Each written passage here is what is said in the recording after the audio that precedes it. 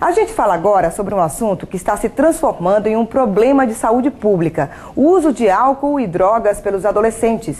E nessa época do ano, a exposição desses jovens é ainda maior, com tantas festas, tantos ensaios. O que fazer para que seu filho não se envolva com as drogas ou como perceber se o adolescente passa por esse tipo de problema?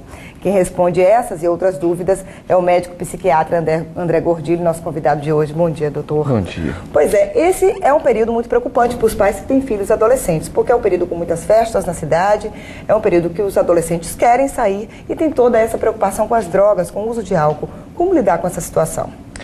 A exposição, em geral, é inevitável, né? Você, nesse período, o álcool e as drogas estão presentes. Passa primeiro por uma educação em casa, os valores, né, familiares, para poder orientar esses adolescentes e adultos jovens no uso das drogas, né? As drogas que mais são expostas, em geral, são álcool. Nessa época de carnaval, a lança-perfume é muito...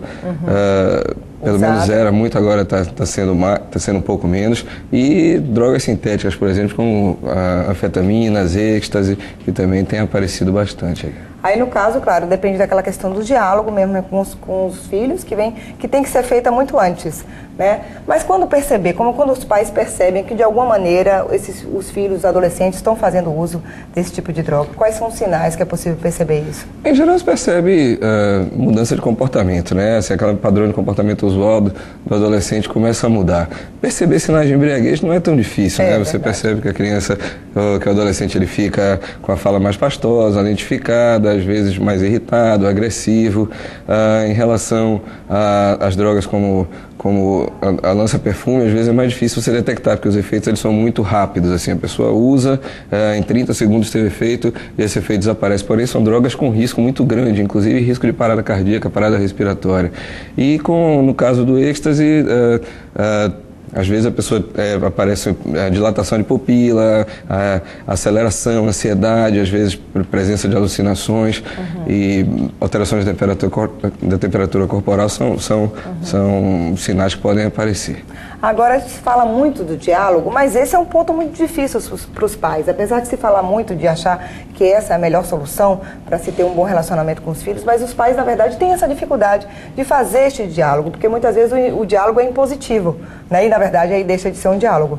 Né? Como se aproximar do filho, então, nessa situação? Mas não tenha vergonha de chegar para o seu filho, de perguntar, de tentar conversar com ele, tentar não fazer de uma forma impositiva, procurar saber da vida dele, procurar se inteirar do que o seu filho anda fazendo, como é que está a vida dele, de uma forma cordial, de uma forma amiga, para que haja dessa forma a abertura e para discutir e não chegar de uma forma já